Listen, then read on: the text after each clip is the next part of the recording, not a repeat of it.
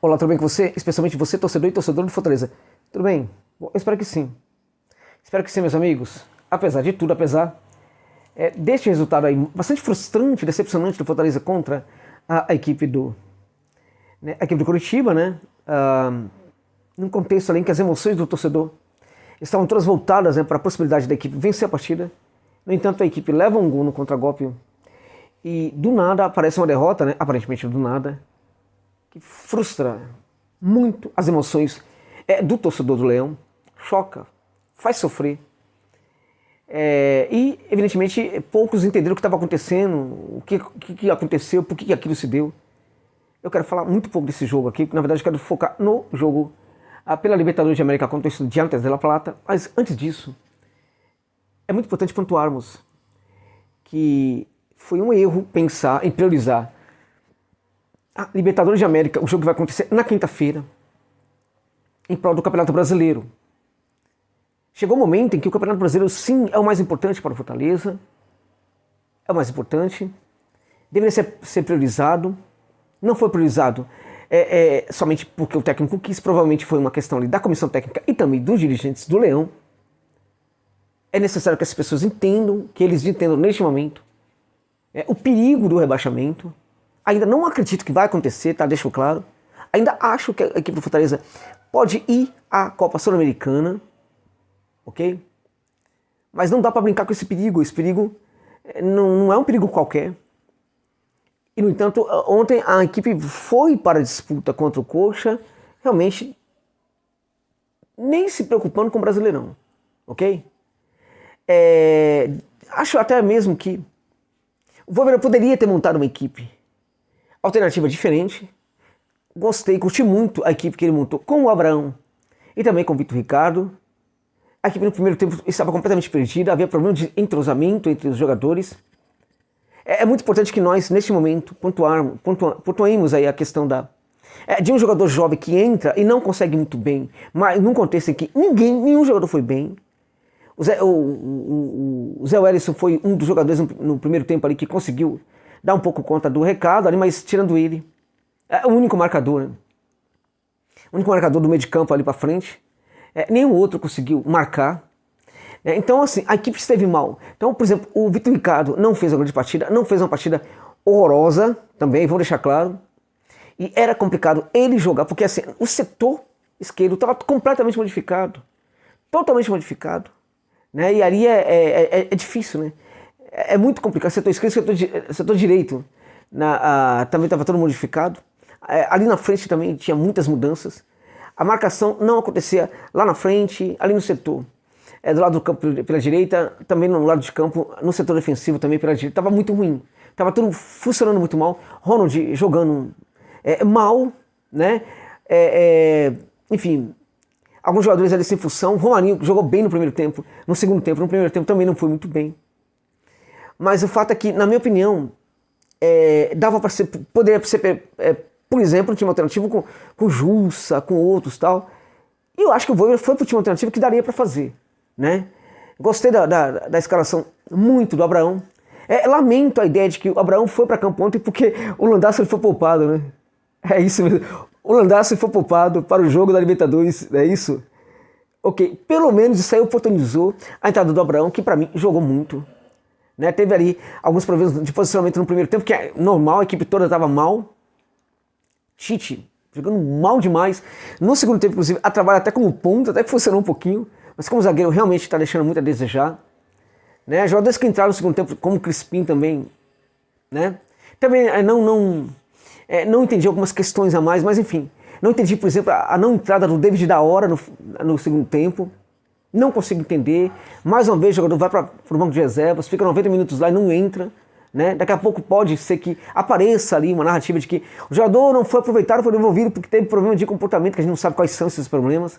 Agora, dizer para você que um jogador que vai sempre para o banco e nunca entra, a frustração é grande. Né?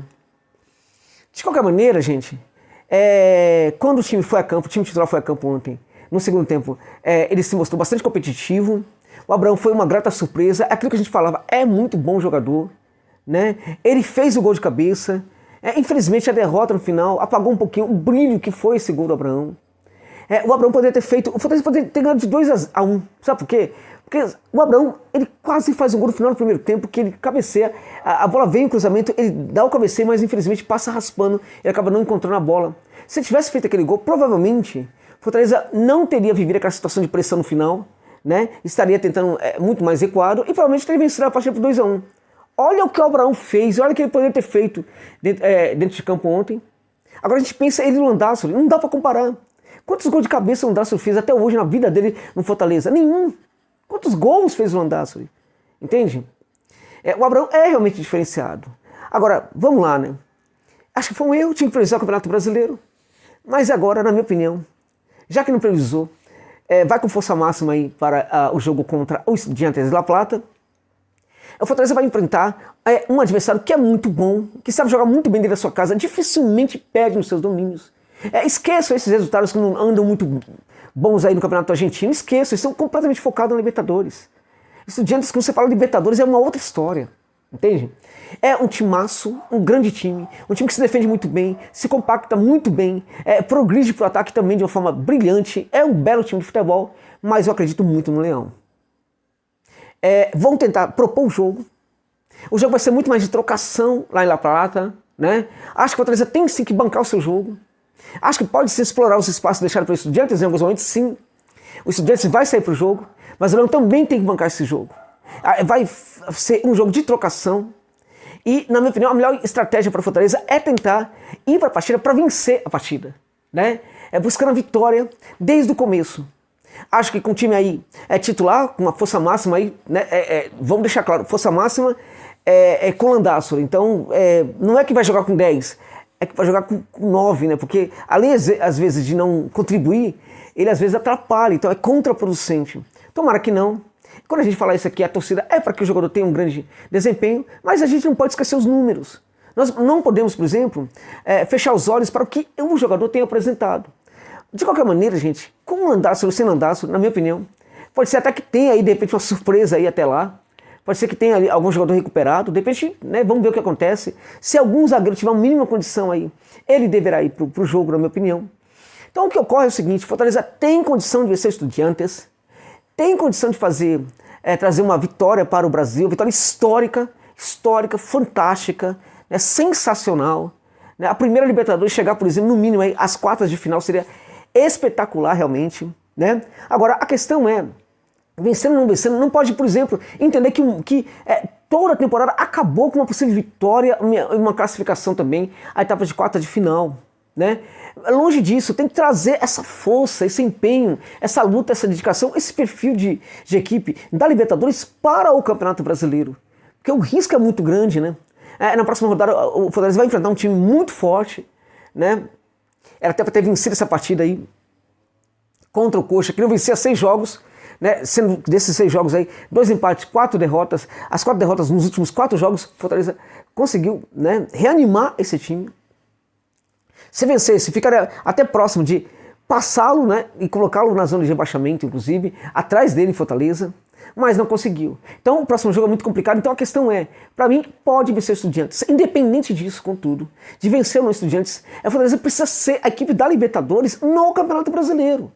Não dá mais, não tem mais tempo, sabe, de não ser a mesma equipe. Já está na hora de parar com essa coisa que já foi engraçado, não é mais, de uma equipe que joga de 2 maneiras diferentes. Isso não é legal, né? Isso não é bacana e está na hora de mudar. A gente percebe que o Vôivoda tem tido algumas ações interessantes aí na mudança do seu comportamento, no olhar para os jogadores do banco, mas isso precisa melhorar ainda mais, evoluir mais. Porque, por exemplo, ele poderia utilizar ontem o David da Hora. Não dá para entender, porque para ele o Igor Torres é mais jogador que o David da Hora. Eu não consigo entender isso.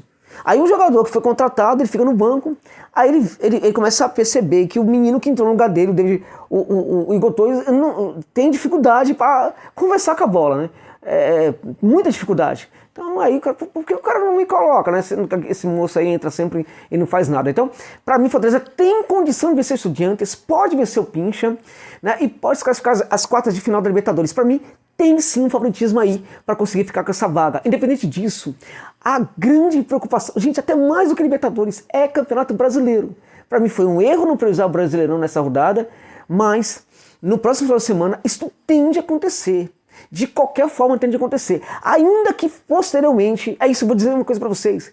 Mesmo que depois o jogo do meio de semana seja a Copa do Brasil contra o Ceará, ainda em relação a isso, gente, essa partida que é um confronto contra um grande arquival, ainda assim a prioridade do final de semana tem de ser o Campeonato Brasileiro. Não dá mais para brincar com essas coisas. Não dá mais para ficar arriscando numa competição em que aqueles que estão fracos, estão mal, né, estão conseguindo aí apresentar até algum tipo de reação. O Coritiba fez isso, o Goiás tem feito, o Cuiabá também, só o Fortaleza que não. Né? Então o Fortaleza precisa priorizar muito Brasileirão, independente do resultado lá em La Plata, na Argentina. De qualquer maneira, eu acredito que o Fortaleza possa sim conseguir vencer, acho que é favorito para vencer, sim, ainda que um leve favoritismo, deve trazer a vaga, sim, o que vai ser histórico para o Leão e para sua torcida. Mas isso aí não pode, por exemplo, né, ficar no lugar, né, da grande obrigação do Fortaleza neste momento, que é o Campeonato Brasileiro. É isso.